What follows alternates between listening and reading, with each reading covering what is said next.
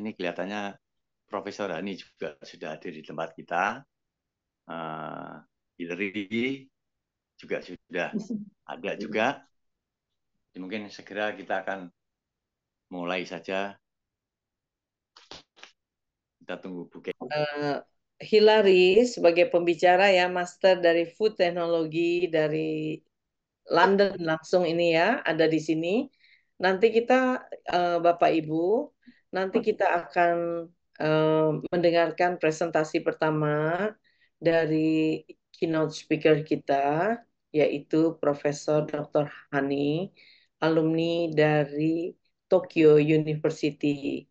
Setelah itu, kita akan mendengarkan Hillary William. Ini master dari London juga, nanti belum perkenalan persisnya. Nah, setelah itu baru Ibu Mercy sebagai uh, praktisinya gitu pada acara hari ini. Jadi di sini yang menggunakan background webinar pembuatan olahan uh, pangan fermentasi ini, yaitu para mentor kami. Saya bisa perkenalkan, misalkan Ibu ini, Ibu Sri, ya, kemudian ada juga Ibu Fitri, ya, yang saya beri tanda panah. Nah, kemudian ada Pak Hutasoit, ya, Pak Roni Hutasoit di sini. Ya, selamat Ya, pagi semua Bapak Ibu. oke, selamat pagi. Kemudian ada Ibu Jenny, ya, Ibu Jenny. Nah, Pak Sugeng sendiri sebagai Ketua Umum Upakara. Pak Sugeng Pak Sugeng mohon bantu untuk kami menjadi co-host. Oke, kita sekarang baru 168 ya, atau kita mulai saja ya, Pak Sugeng, walaupun baru Ya, silakan. 168. Oke, baik. Selamat pagi teman-teman. Jadi sebagai keynote speaker pada hari ini adalah Prof. Hani. Barangkali teman-teman sudah tidak asing lagi kepada beliau. Beliau ini adalah seorang alumni dari Tokyo University dan ahli di bidang pangan. Dan beliau juga adalah kepala bidang pangan di Universitas di IPB ya. Kita mungkin sudah beberapa teman kemarin sempat bicara bahwa Prof. Hani ini adalah seorang yang pembicara belum lama ini katanya dan berbicara sangat bagus. Nah, inilah beliau orangnya ya yang kita tunggu-tunggu tentunya. Nama lengkap beliau adalah Profesor Christophora Hani Wijaya. Ya, mungkin kita pernah mengetahui nama ini dan beliau ini departemennya persisnya adalah Department of Food Science and Technology.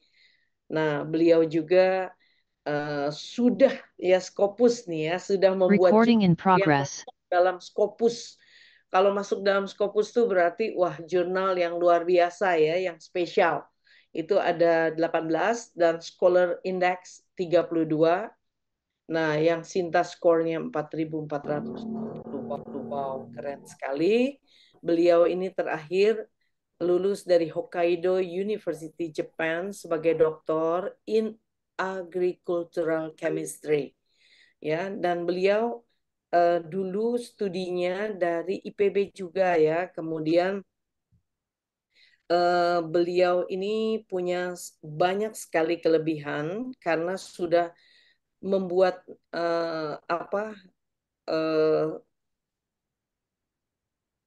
sebagai pembuat buku-buku, banyak sekali buku, saya nggak tahu jumlah bukunya ini mungkin sudah tidak terhitung. National scope dari bidang yang sudah digeluti begitu banyak. Kalau saya bacakan satu persatu, kayaknya agak sulit ya.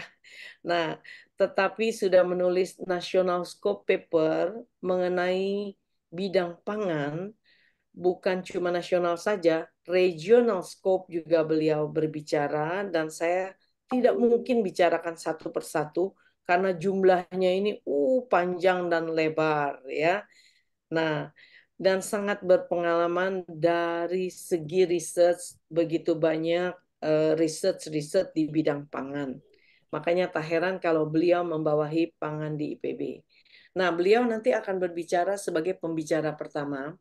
Namun, nanti boleh Prof memperkenalkan highlight dari Prof sendiri ya. Terlalu panjang sampai saya bingung, Prof. Luar biasa. Ada Scopus lagi ya. Wow, keren banget. Nah, sebelum beliau berbicara, saya juga memperkenalkan seorang yang bernama Hilary. Ya, barangkali Hilary, saya perkenalkan Hilary. Mana ya? Barangkali Roni bisa bantu untuk spotlight. Hilary. Eh, ini ya, Hilary mana Hilary? Ya, ini. Iya, Apakah pagi kelihatan semua. seorang master dari London yang sangat muda? Iya, Hilary memperkenalkan diri saja. iya, halo teman-teman pagi semuanya. Jadi namaku Hillary. Dari Indonesia, saya berasal dari Medan. Saya baru tamat S2 di bidang food science dari University of Leeds. Jadi bidang food science itu teknik pangan, ya, intinya teknik pangan dari University of Leeds. Dan mama saya hobi banget ya dari dulu bikin makanan fermentasi. Di rumah juga sering bikin kombucha, tempe, dan lain-lain. Um, jadi ya sangat tertarik juga lah. Jadi sangat senang hari ini bisa berbagi sedikit dengan teman-teman. Oke, baik. Luar biasa. Ini masih di London ya. Dari London. Iya, Wow, iya. luar biasa. Tidak apa-apa seorang muda yang nanti bisa belajar dan kuliah lagi di bawah bimbingan ibu kita. Ya, waktu ambil doktornya. Ya, belajar dari prof kita yang hebat ini. Oke. Nah, Amin. pembicara ketiga kita adalah Ibu Mercy ya, sebentar. Barangkali kita bisa sebentar. Ibu Mercy, halo. Halo, pagi Bu Kenny, Ya, selamat pagi. pagi Prof. Hani, pagi Hilary, salam kenal. Selamat pagi, Bu Mercy. Oke, Ibu Mercy adalah seorang praktisi. Silakan Ibu Mercy karena tidak menyerahkan CV, memperkenalkan diri bagaimana mulai mengetahui tentang fermentasi. Ya, perkenalkan saya Mercy ya. Cuma seorang ibu rumah tangga biasa. Tapi selama ini, pertama-tama Alumni, Bu. saya, ya, Alumni dari mana? Biar ya, dicek. pertama-tama saya tuh dulu kuliahnya di Pendidikan Teknologi Kimia Industri. Tapi sudah berapa puluh tahun yang lalu ya. Tapi baru akhir-akhir ini sibuk mengurusin yang namanya proses-proses produksi makanan gitu. Jadi terakhir ini memproduksi, membuat berbagai olahan pangan, fermentasi juga, baik itu makanan maupun minuman, ya seperti ada kombucha dan yang lain-lainnya, beberapa produk minuman probiotik juga gitu loh. Ya di samping itu sehari-hari ya kalau ada yang mau saya buatkan kue juga bisa. Oh, oke. Ya, memang spesialisnya membuat kue tadinya ya. Oke, baik. Nah, pada hari ini kita sesuai tema bahwa kita belajar tentang 10 fermentasi. Dan fermentasi kita yang pertama ini adalah tentang tempe buah, begitu. Agak agak aneh. Oleh sebab itu, profesor memperingati saya, tempenya harus dalam tanda kutip. Artinya buah-buahan yang dikasih rhizopus ya. Jadi mungkin namanya judulnya bukan tempe. Satu saat mungkin ada nama khususnya karena walaupun memang dalam jurnal dari London ada yang sudah membuat tempe ini gitu ya. Nah, kemudian uh, setelah ini kita akan webinar tentang apa lagi. Nah, selain tempe buah, kita akan membuat juga kimchi. Mungkin siapa Jenny, Sis Jenny, tolong diklik Pak Roni. Sis Jenny bisa membacakan tema kita untuk 10 macam eh, fermentasi yang akan kita bawakan sampai bulan Oktober nanti. Silakan Sis Jenny. Ya, malah. Selamat siang Ibu Bapak semua. Saya lanjutkan tadi mengenai pelatihan lanjutan dari setelah yang ini. Pertama kan 1 Juni ini tentang tempe buah. Kemudian nanti akan ada terasi tempe, kemudian kecap, natto, terus tauco, miso, kimchi, cuka apel, sauerkraut, dan aneka tape terakhir. Jadi kurang lebih itu tema-tema yang akan dibawakan selanjutnya mengenai pangan fermentasi ini. Terima kasih. Oke, baik ya. Jadi demikian teman-teman yang join di dalam webinar ini yang harusnya 300-an ya, tetapi hampir 300, tetapi kelihatannya masih belum pada masuk atau masih antri masuk. Tapi sepertinya waktu harus sudah membuat kita memulainya. Karena Prof. Hani ini waktunya sangat mahal loh. Saya mintanya dari tahun lalu sampai sekarang. Nah, Prof. Hani, kami persilakan Prof. Hani untuk mungkin mempersiapkan materinya dan sekaligus memperkenalkan sendiri highlight dari apa sekarang yang sedang dibuat. Karena saya mengetahui Prof. Hani ini dari seorang profesor sosiolog malah ya, yang bernama Profesor Sudarsono yang adalah member dari UMKM Shop ya, dan juga member Upakara. Oleh sebab itu saya biar nanti meminta Profesor untuk bisa memulai. Ya, yang lain mari kita lock ya, supaya Prof. Hani bisa berbicara dengan nyaman. Mohon yang lain ditutup aja ya. Lihat cantiknya ibu kita. Silakan, Prof. Hani, silakan. Oke, nah ini profil dari Profesor Dr. Insinyur C. Hani Wijaya. Ini supaya enak, profesor yang membacakan professional organization.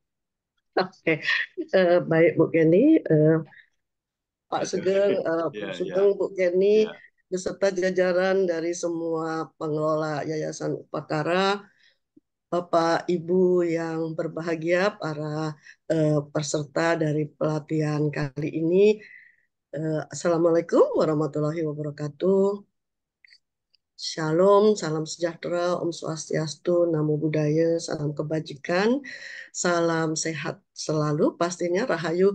Saya sungguh merasa berbahagia ini dan salut dengan kegigihan Bu Kenny. Mohon maaf Bu, memang bingung ngaturnya bukan apa-apa.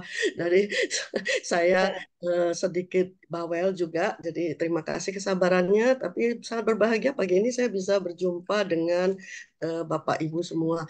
Sebetulnya tidak ada yang hebat-hebat amat karena memang kami semua pastinya ya percaya bahwa semua dari kita adalah orang hebat di bidang masing-masing. Jadi ini kebetulan saja. Jadi memang saya bekerja di IPB sudah hampir 40 tahun yang lalu. Jadi sudah mendekati masa pensiun sebetulnya, tapi karena profesor banyak utang harus bayar 5 tahun lagi. Jadi kebetulan saya juga menjadi beberapa pengurus di organisasi profesi dan saya juga berbahagia karena kebetulan saya juga menjadi board member of International Society Nutraceutical Functional Food selain member dari IFT Nutraceutical and Functional Food Division. Mudah-mudahan apa yang saya sampaikan tidak terlalu mengawang-awang, tapi saya ingin sekali mengajak Bapak Ibu melihat betapa kita itu terberkati.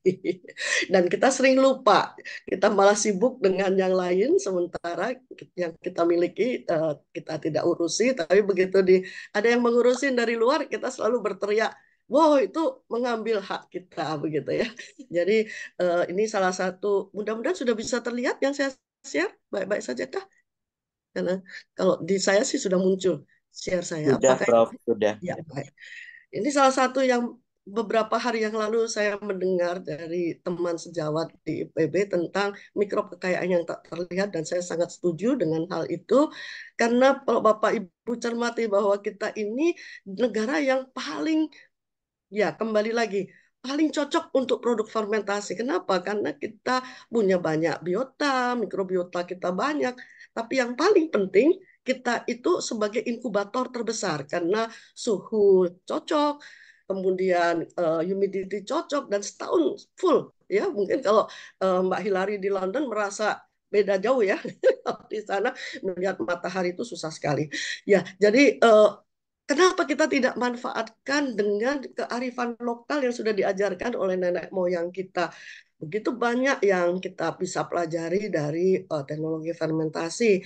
Kemudian yang kedua, di sisi lain kita ini punya banyak human resources. Walaupun teman kita di Malaysia selalu mengatakan, "Are you sure Indonesia have human resources?" I think you have only the population.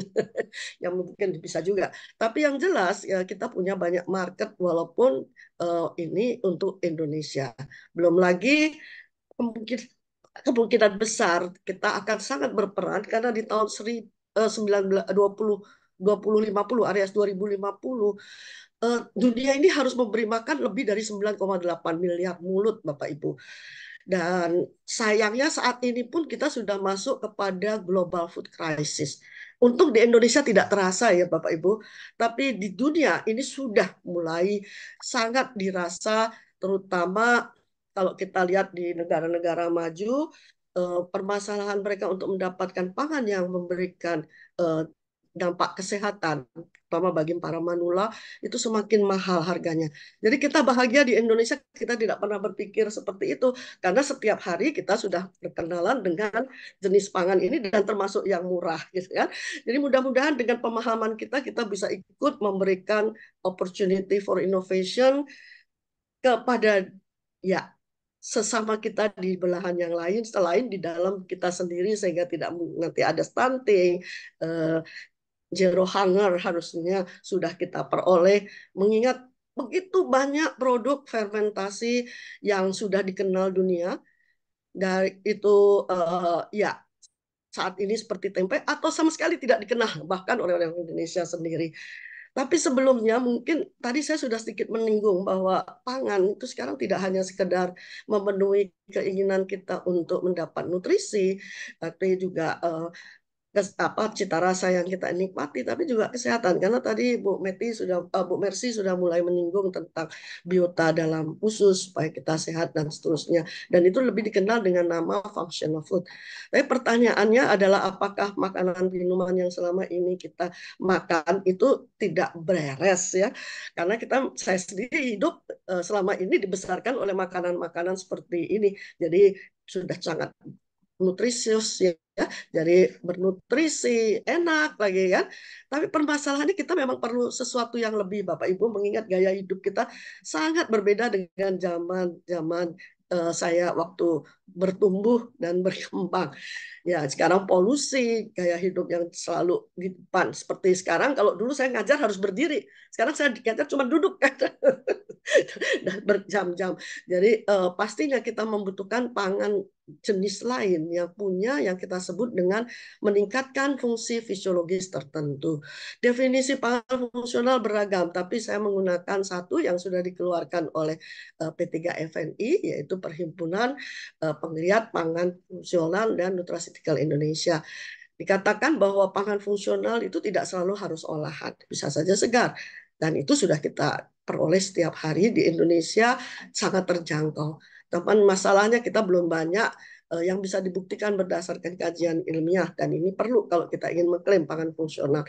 Tapi yang paling penting juga bahwa pangan itu bukan obat. Jadi bisa dikonsumsi apa adanya, seperti kita makan sehari-hari dengan pola yang sama. Karena pangan itu untuk orang sehat, bukan untuk orang sakit. Obat untuk orang sakit. Pangan seharusnya tidak targeted, jadi tidak perlu untuk mengobati penyakit A, B, C, D, tapi mungkin dia punya kemampuan preventif untuk penyakit tersebut, karena kita tidak bisa membuat dia dalam dosis, tidak bisa jumlahnya dibatasi, dan bentuknya bermacam-macam, Bapak Ibu. Jadi sangat berbahaya kalau kita mengklaim berlebihan. Karena kembali lagi, dia bukan obat yang bisa targetkan, kemudian bisa diatur dosisnya, langsung misalnya disuntikkan atau dimakan dalam bentuk langsung masuk ke dalam darah kita ya. Sementara kalau pangan harus diolah di dalam pencernaan dan seterusnya. Dan untuk obat itu harus mengobati, kuratif ya, bukan preventif. Jadi kembali lagi, pangan fungsional adalah apabila dia selain mempunyai kemampuan memenuhi gizi, memberikan kenikmatan ya, kebahagiaan kita yang menikmati, karena jangan lupa Tuhan itu sudah memberikan kita keunggulan dengan berbagai sensori ya. Jadi kalau pangan pun tidak kita bisa nikmati, itu biasanya hasilnya kita stres. Begitu. Jangan sampai nanti kita makan sesuatu antioksidannya tinggi, tapi stres kita memerlukan antioksidan yang lebih tinggi lagi. Tapi untuk bisa diklaim sebagai pangan fungsional, kembali lagi, jangan lupa harus ada sesuatu yang bernilai lebih dalam menjaga kebugaran tubuh kita. Sorry, saya harus berbalap dengan waktu karena waktunya cuma diberi 15 menit, bukan ini sorry kalau mundur sedikit. Jadi di dunia sekarang sudah mulai disadari salah satu untuk bisa mengatasi permasalahan krisis pangan itu adalah produk fermentasi. Jelas yang sudah mendunia seperti kimchi ya. Dan sekarang mudah-mudahan tempe akan masuk. Tapi sebetulnya banyak sekali yang bisa kita manfaatkan. Selama ini kebetulan mereka lebih banyak berfungsi sebagai kondimen, flavoring, marinade.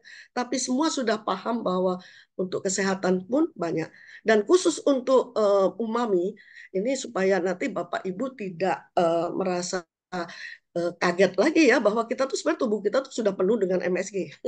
Monosodium glutamat, karena kita akan konsumsi dari manapun, tidak selalu harus murni. Bahkan waktu kita menyusu ASI ya dari ibu kita itu sudah mengkonsumsi glutamat, asam glutamat, dan dari susunya supaya keluar NA-nya harus ada. Oleh karena itu kita jarang terkena Chinese Restaurant Syndrome, karena ya memang kita sudah terbiasa. Jadi generasi yang disusui harusnya menjadi generasi vaksin. Kemudian di dalam setiap negara itu punya sekali fermentasi produk yang bisa membantu kita untuk tidak mengkonsumsi MSG secara berlebihan, karena sudah ada di produk-produk pangan kita, dan terutama yang difermentasi. Indonesia sangat kaya dalam hal ini, Bapak Ibu. Adik-adik ya, jadi mulai dari yang kita lihat di sini dengan kata tempoyak ya. Jadi fermentasi produk mikrobanya bisa sama, tapi kalau mediumnya beda, dia akan bernama beda. Makanya tadi sempat Bu Kenny sebut, Bu, kalau tempe itu kesannya tuh pasti dari serealia, biasanya begitu. Jadi kalau nanti suatu saat kita punya nama seperti tempoyak misalnya, ini fermentasi dari durian misalnya, kan semuanya tahu. Oke, mari kita lihat lagi dulu. Jadi produk fermentasi kita di Indonesia ini mulai dari biji-bijian, mulai dari umbi, kemudian juga sisa-sisa runcah misalnya dari perikanan, kita punya yang dari animal ya, dari hewani, sampai kepada tadi misalnya dage itu dari biji karet atau tempoyak, dan masih ribuan. Saya tahu ribuan. Ini saya serahkan Bapak Ibu untuk bertugas untuk menggalinya sendiri, sehingga kita suatu saat bisa memanfaatkan warisan budaya nenek moyang kita yang begitu berharga, tapi akan hilang dengan berlangsungnya waktu, karena gaya hidup kita sudah semakin beda. Kalau dulu saya banyak mendapat paparan dari nenek saya, tapi sekarang kan cucu saya pun sudah tidak dengan saya gitu. Dan kalaupun ketemu pun masih sibuk sendiri-sendiri. Jadi tidak ada waktu untuk menyampaikan secara lisan. Mudah-mudahan nanti Bu Kenny dan kawan-kawan bisa membuat suatu dokumentasi produk-produk lokal, karena sedih ya kalau melihat seperti terasi ini misalnya, yang meneliti itu semua orang Jepang. Dan menariknya bahwa di terasi itu nenek moyang kita pintar sekali, makanya sumber kenikmatan dari sambal, apalagi sambal terasi itu memang jelas, karena di terasi itu banyak sekali asam amino seperti glutamic acid, tapi tidak hanya asam glutamat yang memberikan umami, ada dari asam amino seperti alanin, lisin, dan seterusnya. Tapi kalau kita salah fermentasi, kita akan dapatkan pahit ya. Jadi makanya ini perlu dipahami bagaimana membuat fermentasi yang baik. Kemudian ada kearifan lokal yang Bapak Ibu mungkin tidak pahami. Jadi tempe itu tidak berhenti nantinya sebagai yang segar, Bapak Ibu yang sudah selalu dikulak-kulik. Mungkin Mbak Hilary banyak tahu di Inggris sekarang banyak tukang tempe jadinya ya. Tapi satu lagi yang ingin saya ajak, kalaupun dia nanti sudah lewat karena mungkin tidak sempat digunakan, ini adalah pemberi umami yang sangat legacy ya, yaitu tempe bongkrek, tempe semangit. Dan itulah membuat kita menjadi bangsa yang dikenal dengan hemat gemi. Dan produk fermentasi sangat bisa menggunakan hal itu karena kita akan dapatkan selain umami tadi, dia juga akan bisa menjadi traditional medicine atau pengobatan untuk beberapa penyakit dan sudah mulai diutak-utik ya untuk yang satu ini, selain tempe itu sendiri. Jadi masih luas sekali yang bisa kita lanjutkan, termasuk bagaimana kita mulai mengatasi kelangkaan pangan dengan waste zero tadi. Kalau kita lihat misalnya pada tempe, siapa sih yang tidak tergiur ya melihat ini yang disebut dengan, kalau teman saya dari Amerika mengatakan this is the plant meat ya. Jadi ini sebenarnya dibuang kan semua karena dia dari sisa, entah dia sisa yang namanya tahu ya, sisa pembuatan tahu, sisa onggok, pembuatan tapioka, sisa pembuatan kacang, minyak kacang, dan semuanya ada juga yang menggunakan mikroba yang tadi dibuat tempe, tapi karena dia bentuknya seperti ini, dia namanya oncom begitu ya. Jadi, tapi yang menarik buat saya selain dihasilkan banyak sekali nutrisi di sini, kalau Bapak Ibu lihat warna ini tuh ngejrengnya bukan sembarang ngejreng ya Bapak Ibu. Ini adalah kelompok karotenoid yang semuanya akan berfungsi sebagai vitamin dan antioksidan yang kaya sekali seperti karoten, beta karoten dan seterusnya. Dan semua pasti menyadari betapa berbahagianya kita ketika COVID sehingga cepat pulih ya, karena kita memang pengkonsumsi tadi pengkonsumsi banyak sekali pangan fermentasi ya secara alami, dan oleh sebab itu saya setuju dengan tadi bahwa fermentasi bisa sebagai probiotik. Tapi sebelumnya mari kita perkenalkan sedikit karena saya sering agak risih karena suka terbalik-balik ya teman-teman dan tidak paham apa itu yang namanya biotik begitu. Jadi prebiotik itu biasanya adalah medium di sini ya. Kemudian probiotik itu mikrobanya. Jadi ini saya coba carikan definisinya. Jadi kalau probiotik itu mikroba, mikroorganisme. Jadi selama dia masih hidup dan kita konsumsi, dia akan menjadi probiotik. Tapi kalau dia sudah dimanfaatkan untuk pengolahan mikroba itu dan kita hentikan, artinya dia tidak hidup lagi dalam produk kita, kita tidak bisa klaim probiotik. Tapi kalau misalnya bahan bakunya adalah memang bisa mendukung pertumbuhan mikroba, misalnya kayak serat, seperti inulin, fruktos, oligosakarida, dan seterusnya, itu adalah prebiotik. Nah, banyak di produk fermentasi kita yang punya dua-duanya sebetulnya. Jadi dia juga seperti misalnya tadi ya, kita punya di tape, itu biasanya mikrobanya kita tidak matikan, tapi dia akan tetap hidup, tapi entah itu punya fungsi atau tidak, saya belum pernah tahu. Untuk pengujiannya nanti Bapak Ibu yang lihat. Dan di tape banyak sekali sarana untuk menghidupkan mikroba baik. Jadi mikroba ini memang sangat bahaya karena dia jasad lirik yang tidak terlihat oleh mata secara ya sehari-hari. Hasilnya yang baru kita lihat. Jadi waktu kita menangani fermentasi yang artinya menangani mikroba, tolong hati-hati karena dia akan menjadi pisau bermata dua. Salah-salah kita malah tidak sehat, malah sakit. Jadi, waktu melakukan fermentasi, itu tolong diperhatikan bahwa kita betul-betul memberikan medium pada mikroba yang baik. Bahkan untuk kategori yang sama, itu bisa saja kalau spesiesnya beda atau varietas ininya beda, bukan varietas ya, strainnya beda, itu fungsinya bisa beda. Jadi itu yang saya harapkan nanti menjadi catatan untuk Bapak Ibu yang akan melakukan fermentasi. Tolong diperhatikan supaya nanti tidak membuat fungsi yang terbalik. Kebetulan minta waktu 1 menit aja Bu Kenny. Tadi pagi saya nggak apa-apa. Ya, Prof, saya tadi ini diprotes. Kenapa pembicara yang begini hebat dikasih hanya 15 menit katanya oh sorry. gitu. Iya, kalau lama-lama nggak kuat bayar bilang Bu Kenny. Sorry. Iya. Just kidding. Ya, saya sih nurut aja sama ininya. Iya nih, Prof. PIC-nya. Banyak nih yang WA saya. Kok Sorry, pembicara begini hebat dikasih 15 menit katanya. Saya sorry, juga sorry. bilang, wah saya nggak bisa bayar nih. Bukan itu Silakan, artinya. Prof. Iya, nanti Santai ya, kasihan Prof. yang karena pelatihan ya, ini kan lebih banyak mengajak Bapak Ibu berpikir, membuka wawasan supaya nanti kalau ikut pelatihan semangat itu bahwa memang fermentasi itu luar biasa begitu.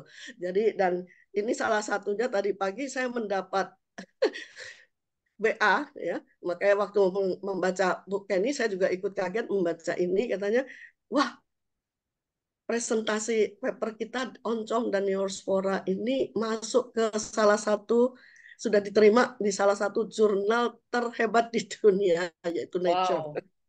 Ya, Yang dan yang saya Prof baru-baru ini pergi ke Amerika dan keliling dunia mengajarkan itu ya tentang Oncom ya. kalau Amerika belum Bunda, tapi kita Eh, punya banyak penelitian dengan eh, Prof. Doktor sih Mas ya, yaitu ya. Wayu, saya manggilnya juga nggak tahu karena saya selalu dengan online. Beliau adalah uh, peneliti di UC Berkeley, di University Hmm. California Berkeley, dan kami sudah 2 tahun yang lalu mulai berkencan tentang oncom. Jadi saya juga kaget kenapa jadi orang asing semua ya, di Indonesia tuh nggak ada tuh. Tapi saya tadi bahagia karena ada Bu Hilary, generasi muda kita yang mungkin harus melestarikan. Mudah-mudahan jangan sampai nanti orang asingnya lebih ngerti dari kita gitu ya. Kasihan gitu. Dan kita sudah buktikan dia bisa ke dunia ya, produk fermentasi lokal kita bisa mendunia. Kostak So ya. ya, Hilang jadi semuanya ini. kenapa Halo. Bu? Ya, sorry suaranya tadi. Jadi ya, saya harap nanti Bapak Ibu, terutama penggiat yang nanti akan menggali lebih banyak, tolong selamatkan produk-produk fermentasi lokal kita dan kita bawa dia untuk keberkahan semua bangsa Indonesia khususnya, tapi juga kenapa tidak kita bagikan pada dunia. So someday we can say, yes, this is from Indonesia for better world with love. Makasih Bapak Ibu, saya tidak Wow. berani lama-lama daripada nanti berikutnya Bu Kenny akan mendapat protes lagi suruh 15 menit. Sorry. Jadi mohon maaf kalau ada kata-kata yang salah dan mungkin itu yang bisa saya bagikan. Sementara kalau ada pertanyaan, saya tidak tahu karena mungkin tidak ada waktu. Silahkan nanti Bu Kenny bisa melihat dari ini chat ya kalau saya bisa ini kan. Terima kasih, saya Oke. kembalikan kepada moderator. Terima kasih Wow. perhatian Bapak, Ibu, adik-adik semuanya. Terima kasih. Oke, khawatir kalau Prof meninggalkan ruangan, maka kita buka saja gitu ya pertanyaan-pertanyaan kepada Prof kita. Ada banyak tulisan-tulisan Prof, slide yang mungkin menjadi tanda tanya buat kita. Oh, ternyata kalau yang udah bagus ya nggak usah difermentasi lagi kalau untuk tujuan pencegahan. Kecuali yang sudah diteliti misalnya dan memang itu membuat kita lebih baik. Dan hati-hati, jangan menganggap bahwa sebuah produk yang difermentasi itu over gitu. Kita janjikan bahwa itu adalah obat yang luar biasa. Tidak juga seperti itu. Ada banyak nih yang dibilang oleh profesor hati-hati gitu ya. Tapi profesor juga menyinggung bagaimana kita ini akan menghadapi kelaparan.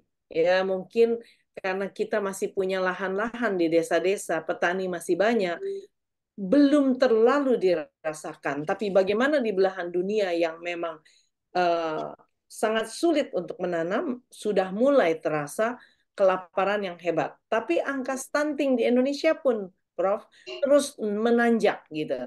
Ya, karena stunting itu kan dimulai dari masa hamil, orang sudah harus kecukupan gizi. Sehingga kita tahu bahwa stunting itu bisa karena memang hal tersebut ya. Kemudian pangan fungsional ini penting diperhatikan untuk keseimbangan gizi kita ya, Prof. Ya, untuk kita ketahui gitu. Dan kita harus mengenal di proses fermentasi ini bagaimana mikroba yang baik itu yang jangan salah kelola. Nanti malah jadi pisau bermata dua, malah membahayakan. Oleh sebab itu kita perlu Prof nih untuk mengajarkan kita ya dan memberikan masukan-masukan. Kayaknya harus sering nih mengundang Prof nih ya. Nah, 1-2 tahun. ya.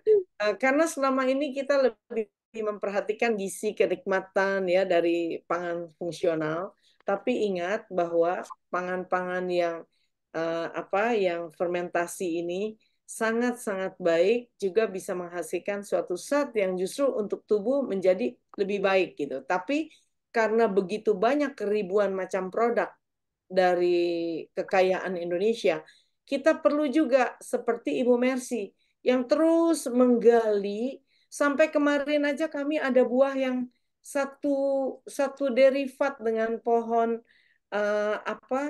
Brazil nut ya kita sampai uji coba gitu untuk memetik dan membelah dan membuka gitu ya wah dan banyak yang sudah diuji coba itu juga diperlukan oleh seorang profesor ya supaya eh, ini juga profesor juga membutuhkan praktisi-praktisi karena waktu profesor itu sama-sama kita loh 24 jam.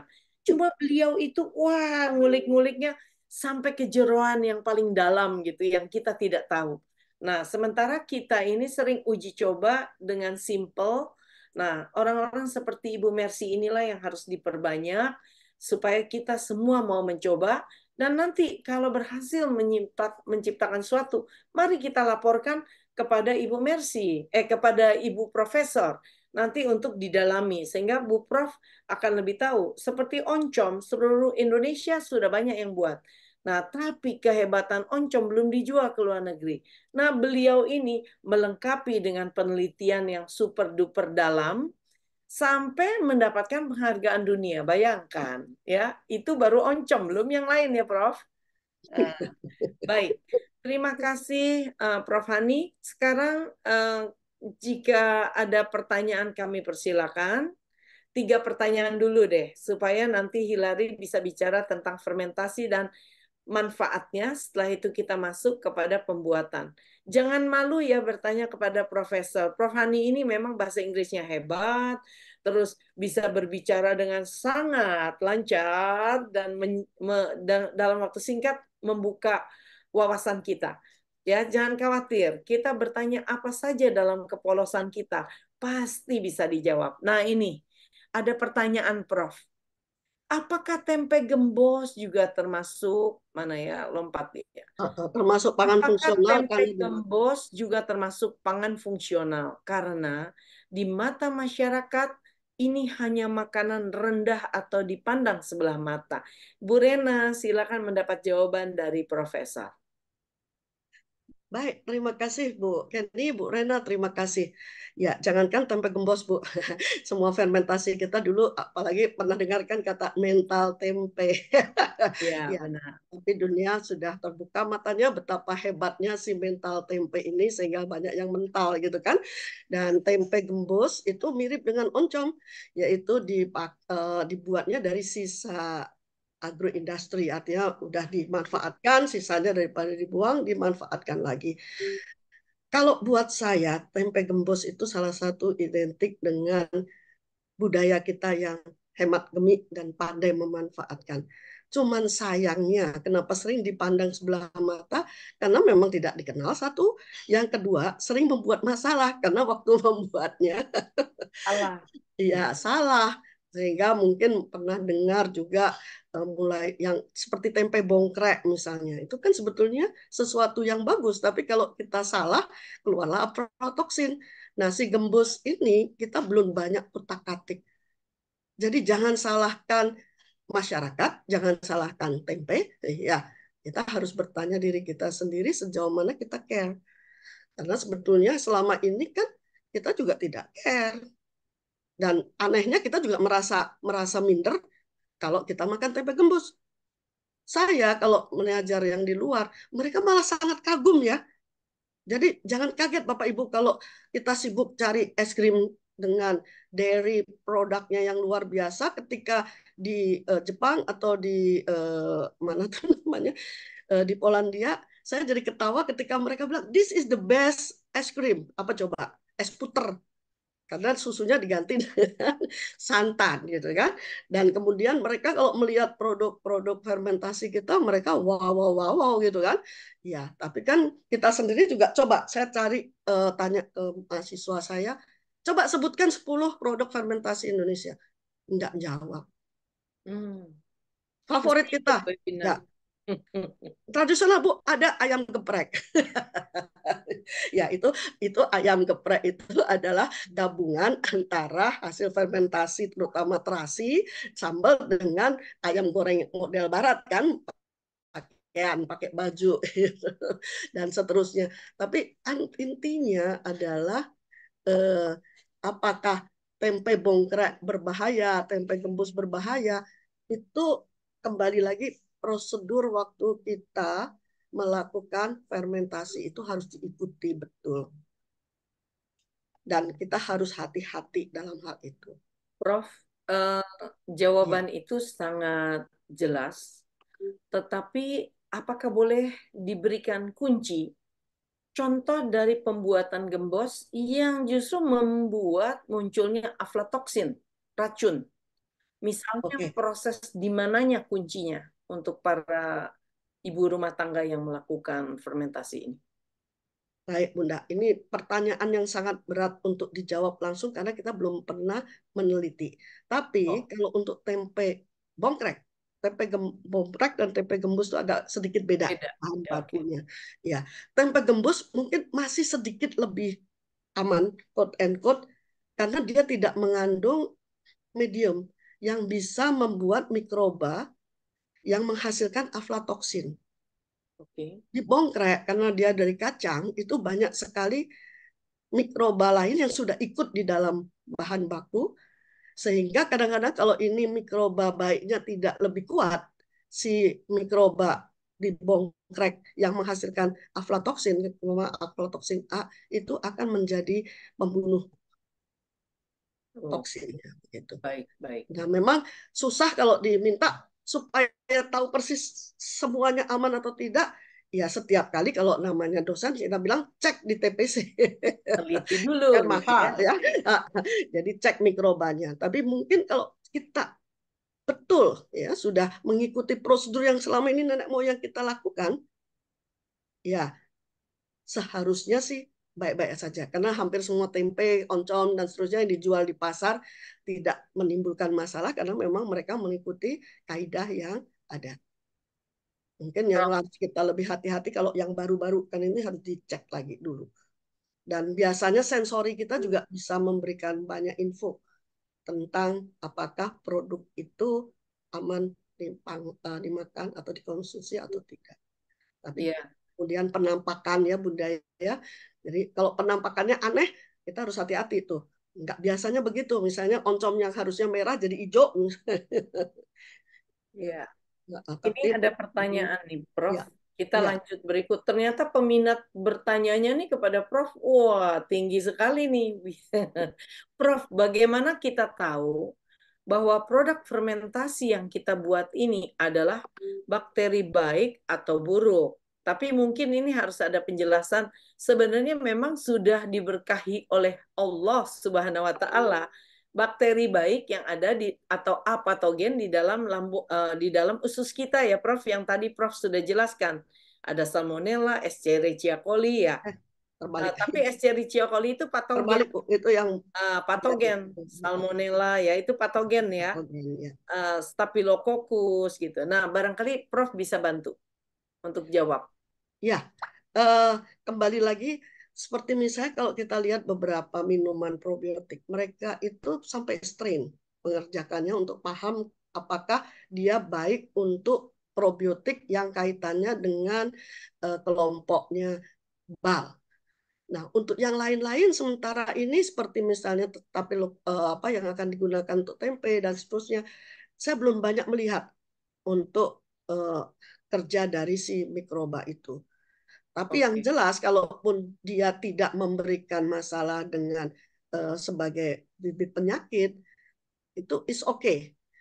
Permasalahannya akan masalah kalau dia itu membuat kita sakit, gitu kan? Keracunan dan seterusnya. Tapi kalau hanya sekedar dia bisa membantu fermentasi dari sisi teknologinya, tidak memberikan dampak untuk seperti halnya BAL yang sekarang sudah banyak diteliti, itu tidak masalah. Jadi kalau ditanya yang baik seperti apa, yang jahat seperti apa, susah itu Pak. Bu, karena nggak bisa ditanya mikroba gitu. Betul, Jadi betul. Hanya mungkin yang lewat penelitian ya, ya, kita harus dan cek dulu coba. si mikroba ini jenisnya apa, dia termasuk strain yang mana, sehingga bisa saja seperti itu. Cuman Baik. ya, kembali lagi, jangan khawatir, kita coba dulu saja. Sementara ini kalau hasil fermentasi paling banyak mencret, kecuali kalau nanti bunyinya toksin. Kalau toksin Oke. seperti bongkrak ini yang bahaya, karena dia bisa menghilangkan nyawa. Itu yang Hmm. Oke, baik. Prof, ada pertanyaan dari Ibu Helen di Jakarta. Proses fermentasi apakah aman untuk penderita batu ginjal dan penderita sakit ginjal? Karena di masyarakat tuh pada umumnya ya, Prof, mengatakan kalau sudah difermentasi maka dia tidak berbahaya. Kan banyak ginjal itu kan ureum kreatinin akan tinggi. Nah, bagaimana jawabnya nih, Prof? Untuk ini mestinya bagian dokter ya, tapi saya Ya, dokter. coba jawab sesuai dengan pemahaman saya dari ilmu kimianya. Oke. Jadi kalau kita lihat batu ginjal, judulnya batu, itu biasanya karena kalsium menumpuk tidak dikeluarkan dalam bentuk yang seharusnya. Jadi selama produk itu masih mengandung senyawa yang membuat masalah di batu ginjal, pastinya dia akan memberikan dampak yang sama. Nah, jenis fermentasi pun banyak.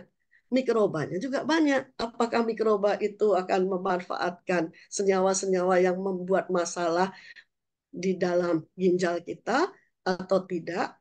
Itu harus dipastikan dulu. Sehingga saya tidak bisa menjawab secara umum fermentasi seperti apa, tapi bahan bakunya apa dulu gitu kan? Ya. Oke.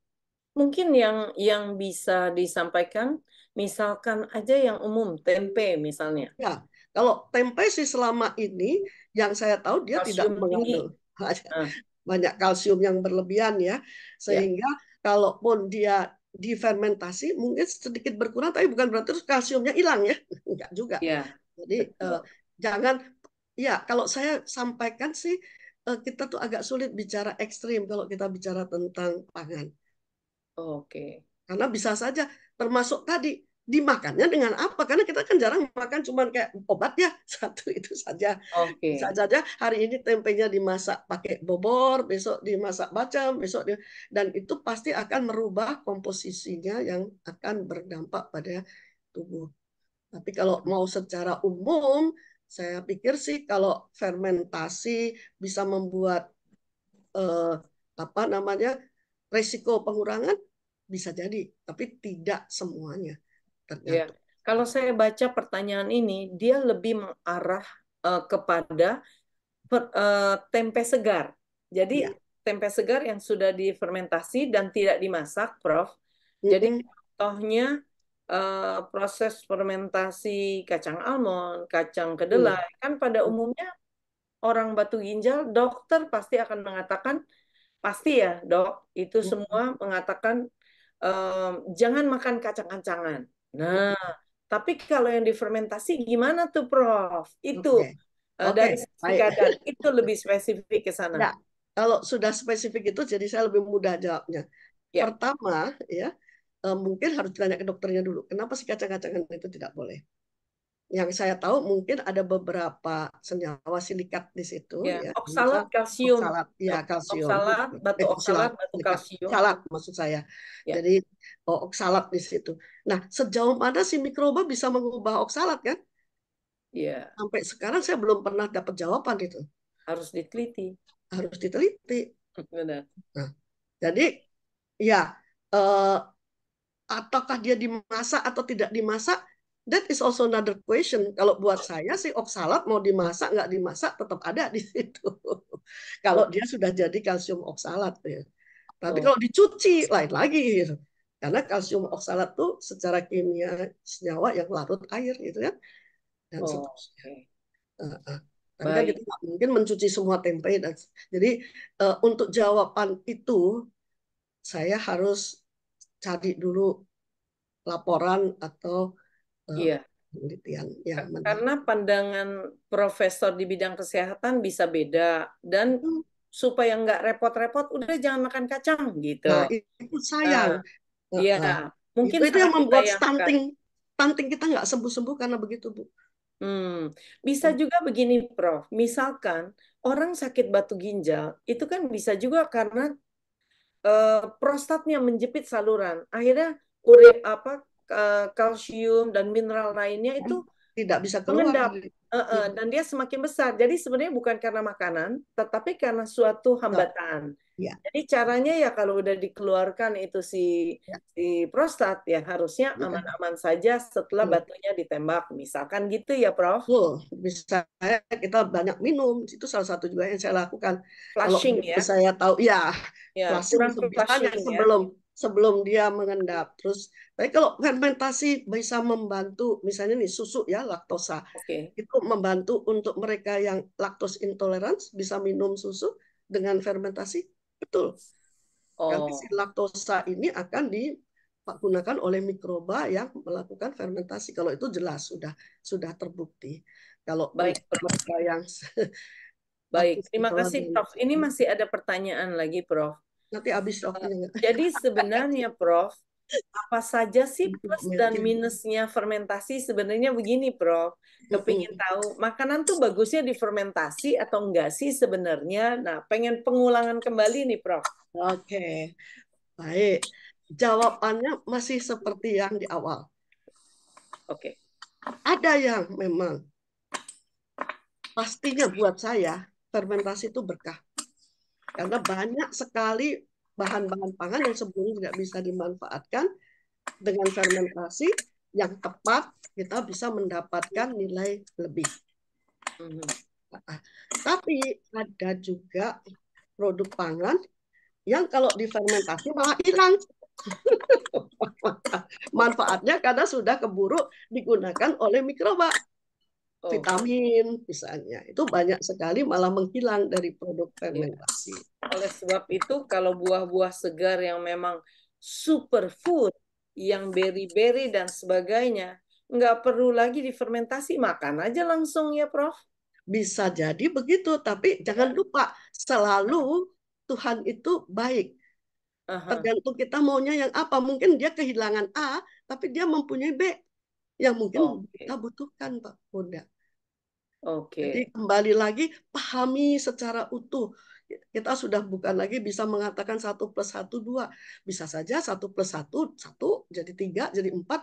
Ya kalau Bu Kenny dengan Bapak kan ada anak tambahkan jadi 1 + 1 jadi tergantung.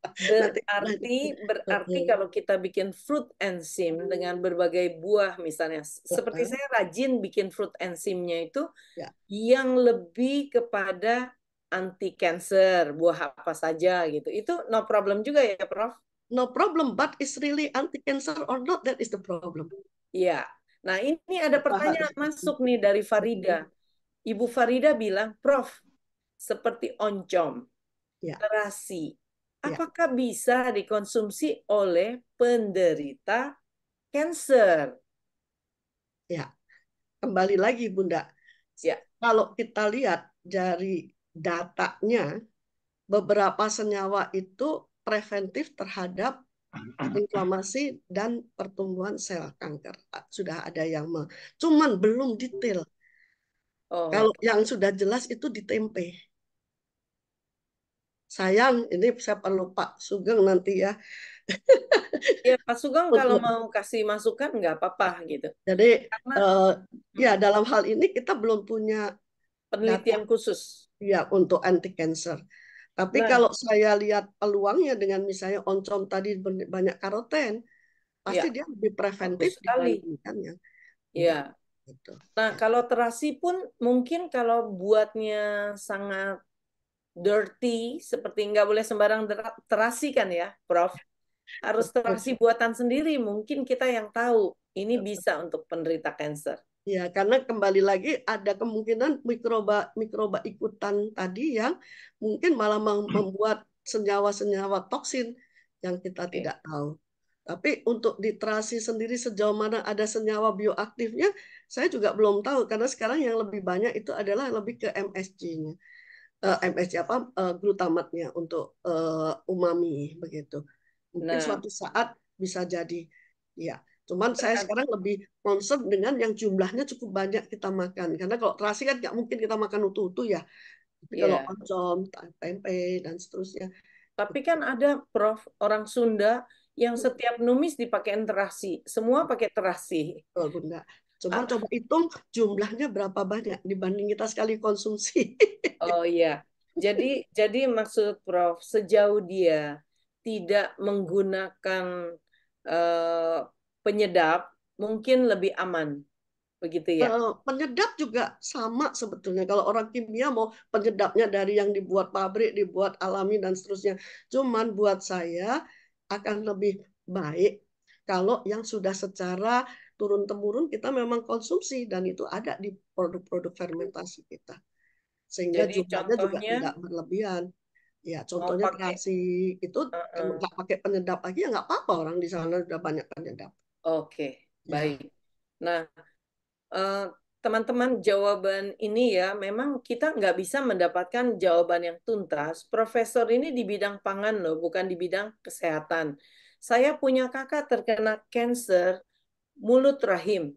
Dia makan tempe tahu, terus hilang sendiri. Jadi kayaknya tempe tahu nggak ada masalah buat dia. Begitu. Ya, bisa dikatakan begitu ya. Nah, mungkin untuk banyak Ya. orang juga sama yang di kampung-kampung. Barangkali tempe tahu menjadi konsumsi. Tapi tahunya nggak boleh terlalu banyak, kata dokternya. Ini dokter kedokteran Cina, Prof. Ya, Hmm. saya sih per- eh, lebih senang kalau itu ada bukti Ada fact-nya. penelitiannya ya. Ya, karena ya apalagi dokter Cina sih, saya ini kan kemarin patah tulang ke dokter Iya, Cina semua semua menganjurkan sesuatu yang berbeda. Saya sendiri juga bingung ya udahlah, saya diamin aja. iya benar-benar, Prof. Makanannya semua bisa difermentasi, Prof. Jadi Oke. Ini Ibu Susilawati bertanya, Prof. Tempe semangit itu apakah sama dengan tempe bongkrek yang berbahaya itu, Prof? bukan, Bunda. Sorry. Ya, tempe semangit itu seperti yang tadi saya sampaikan, itu adalah kebudayaan dari Jawa yang saya sangat suka, yaitu gemi. Jadi jangan membuang makanan. Jadi tempe semangit itu tempe biasa, tempe kedelai biasanya yang dipakai, yang tidak sempat habis secara segar. Oke. Biasanya ada mungkin kelebihan fermentasinya 2-3 hari. Mungkin lebih cocok kalau mirip dengan tempe bosok. Tapi Oke. bongkrek beda lagi. Bongkrek itu bahan bakunya sudah khas dan mikrobanya juga khas. Ya. Ya. Oke. Hmm. Oke, Jadi oke. bukan bongkrek, Bu. Tempe semangit Bukan itu tempe kelewat kelewat masak. fermentasi. Mau Kita sebutnya busuk gitu ya. overripe ya kalau bahasa Overripe. Inggrisnya overripe. Nah, Tempe bosok, tempe semangit itu. Tapi kalau dan bosok udah kelewat setelah semangit. Jadi kalau tempe semangit itu 2-3 hari. Itu umaminya tinggi sekali karena kandungan asam-asam amino yang memberi rasa umami itu memang sangat tinggi pada waktu itu dibanding di awal. bagus ya. Nah, Makanya orang Jawa membuat tempe bosok, menu iya, tempe bosok justru bagus ya. karena sekarang kita sudah buat misalnya untuk membuat kaldu, anak-anak muda nih seperti Hilary dan kawan-kawan sudah membuat kaldu dari tempenya, tapi tempe semangit karena jauh lebih enak, lebih disukai. Terus juga saya Terasi. baru dapat menjes ya, menjes tapi dalam bentuk chips. Oh, pinter juga. Oh, Jadi kalau kita dulu nyari menjes kan harus nyari dulu ke tukang soto. Ini jadi bukan hanya keripik tempe atau ini, tapi keripik tempe semangit itu kayaknya jadinya kalau menjes. oh, oke. Terasi juga terasi vegan dari semangit yang difermentasikan ulang. Ya, Ya atau banyak sih Bunda. diproses. Saya nggak tahu mau ngomong apa, tapi intinya banyak yang harus kita olah. Mudah-mudahan nanti banyak Pak Sugeng banyak Prof, yang ini nggak bisa berhenti nih pertanyaan. kayaknya kita harus pilah-pilah nih. Iya, Prof, ini ada pertanyaan dari Tangerang, Ibu Naomi.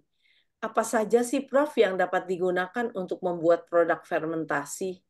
Nah, kan itu jawabnya banyak Panjang kali lebar. banget, ribuan. Saya jawab aja deh, ada ribuan.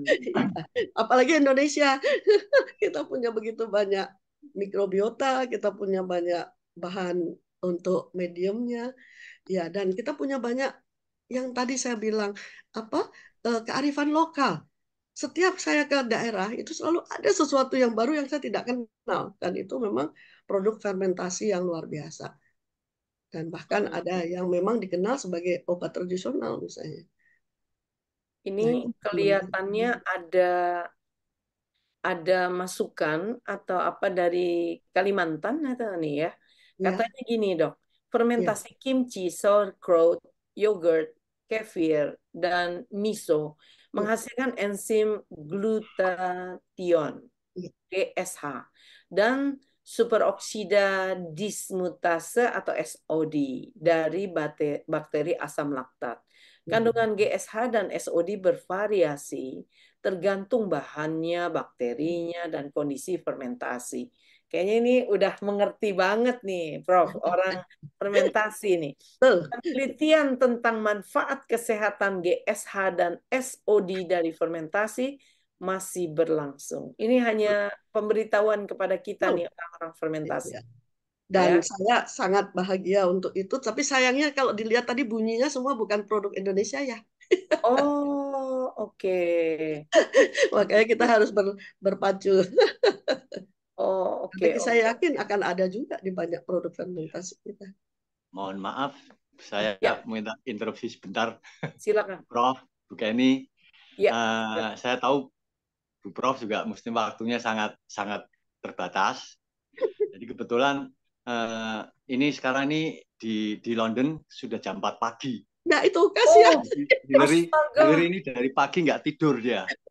Astaga. Jadi mohon maaf. Sekali lagi mohon maaf. Nanti kalau misalnya ada pertanyaan, mungkin Bu Prof bisa berkenan untuk kita sampaikan lewat WA. Nanti mohon dijawab lewat WA. Oke, baik. Ya. Kalau ini Pak Sugeng, ada satu terakhir boleh ya? Ini pertanyaan. Ya, silakan ya. Satu terakhir. Semua orang nih kayaknya. Karena ini mohon maaf karena Hillary ini nanti jam 7 pagi dia harus bekerja. Aduh, Gak kasihan. apa-apa, enakan nih dinernya, aku belajar banyak juga. Sorry ya, Hillary. Ya. Nah, nih. Prof Hani tengah malam. Iya, karena perbedaan waktu ini. Wah, calon menantuku yang baik nih, Hillary. Mungkin. Oke, terakhir ya. Terima kasih Pak Sugeng infonya. Prof Hani izin bertanya, tapi walaupun Prof belum tentu ini bisa menjawab karena soal kesehatan lagi. Penyakit yang tidak boleh makan makanan minuman fermentasi, penyakit apa saja? Teman saya dilarang oleh dokter mengkonsumsi makanan minuman hasil fermentasi. Nah, jawabnya gimana tuh, Prof? Oke, kembali lagi kita harus kenali dulu bahan baku dari produk fermentasinya dan tahu kenapa dilarangnya. Jadi tidak bisa gebiah uyah semua nggak boleh atau semua boleh. Itu yang saya selalu sedihkan. Makanya saya bilang mulai sekarang dokter harus banyak belajar ilmu pangan. Ya, supaya nanti waktu menyarankan, karena posisi dokter tuh sudah mendekati Tuhan ya. Jadi pasien pasti percaya. Cuman kalau nanti yang diinfokan asal digeneralisasi, kadang-kadang malah yang diperlukan itu jadi tidak ada asupan ya, karena makanan itu kan juga asupan buat tubuh kita untuk bisa bertahan. Jadi kembali lagi saya tidak bisa bilang yang mana saja karena ratusan, dan kandungan senyawa ada di dalam bahan baku, termasuk apa yang nanti akan digunakan oleh mikrobanya juga tergantung oleh si bahan baku. Kemudian mikrobanya juga seperti apa yang akan memanfaatkan dan menghasilkan apa juga tergantung. Jadi saya yakin tidak semua yang difermentasi itu tidak boleh harusnya. Tapi kita harus pilah-pilah begitu Bunda. Prof, itu jawaban orang pangan ya. Tapi nanti dokter silahkan. Karena saya untuk bisa menjelaskan lebih jauh harus tahu dulu pathway penyakit itu dari mana ke mana dan seterusnya. Nanti Hilarinya sampai besok lagi belajar terus pulang ke Indonesia. Beliau nggak mau belajar di sana. Hilary, catat. Oke. Ngantuk nih Bu, katanya. Jadi kalau tiap kali diganggu.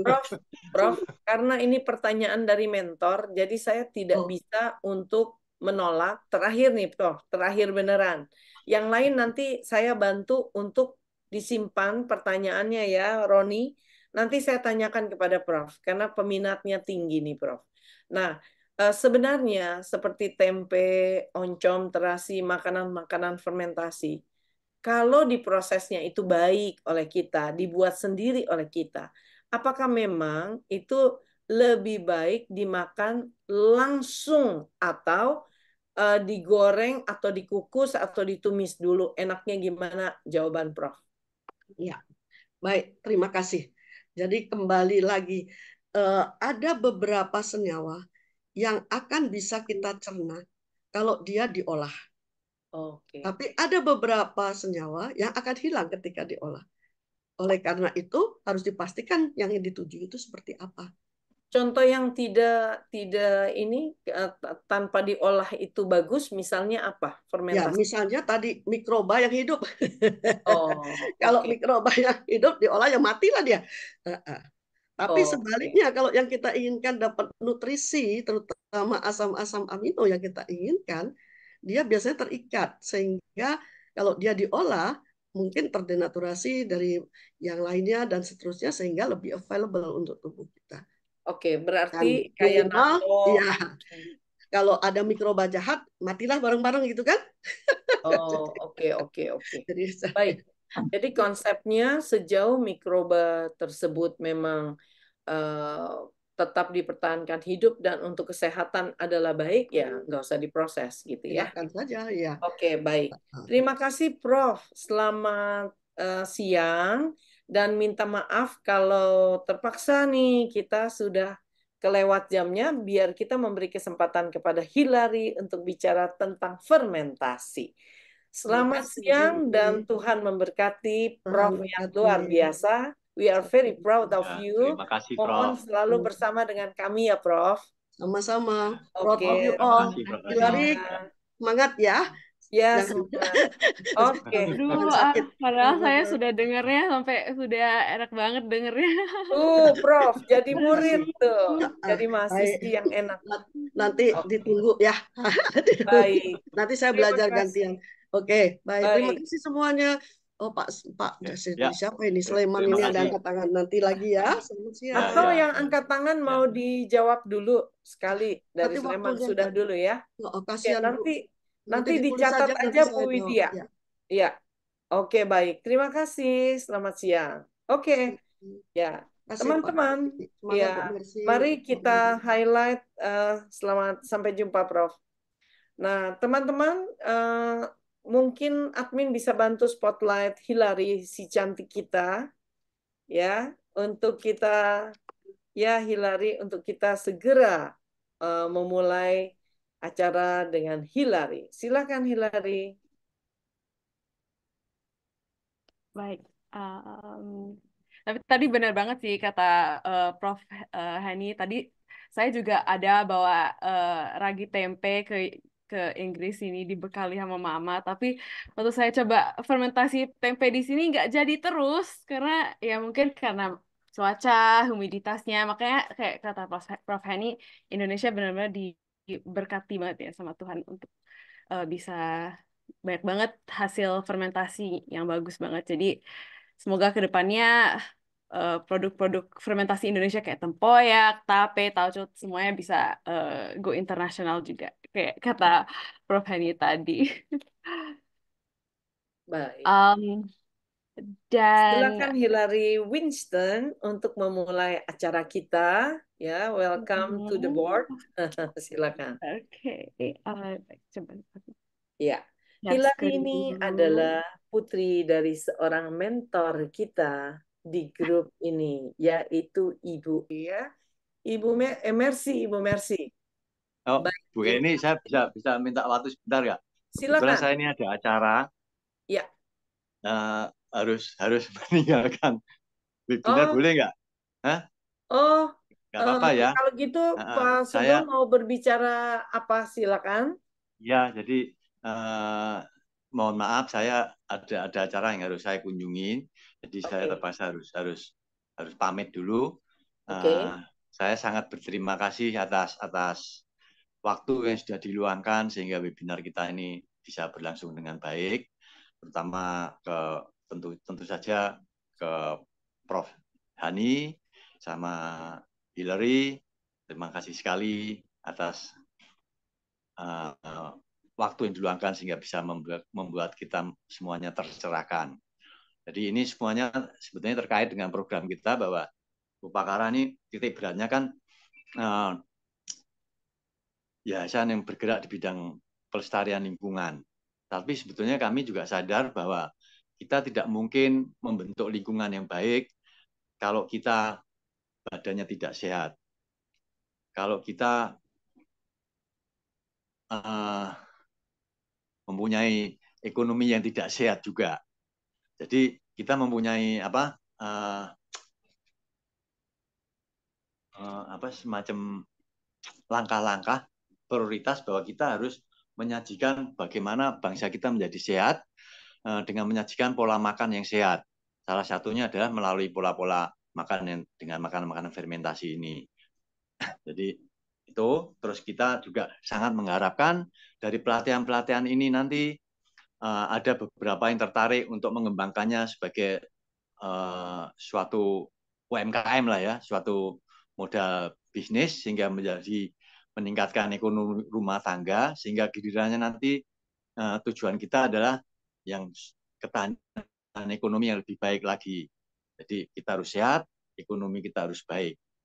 Itu. Jadi kami sangat mengharapkan ini nanti hasil pelatihan ini bisa ditindaklanjuti oleh beberapa ibu bapak semuanya, barangkali yang tertarik untuk menjadikannya sebagai suatu lahan bisnis. Itu. Saya rasa itu yang bisa saya sampaikan. Sekali lagi saya terima kasih atas kehadiran ibu bapak semuanya. Saya terpaksa sekali harus pamit karena ada acara yang harus saya hadiri. Jadi sekali lagi terima kasih. Maaf ya Bu Kenny ya, terima kasih ya. Ya, Mohon no diteruskan ya Bu ya. problem. Oke, nggak Ya, apa-apa. ya. Ya, kita lanjut. Terima kasih banyak Para Hillary, ya. ya, Terima yuk, kasih juga bye, ya, untuk tujuan dari Upakara yang luar biasa baik ya dalam hal ini. Bagaimana mau membuat seluruh manusia Indonesia itu melalui UMKM bisa meningkatkan ekonomi ya. Nah, dan untuk bisa makan yang sehat. Makan yang sehat harus punya ekonomi yang sehat. Makanya kita perlu fermentasi yang sehat-sehat supaya kita bisa menjual kepada sekitar orang di tempat kita.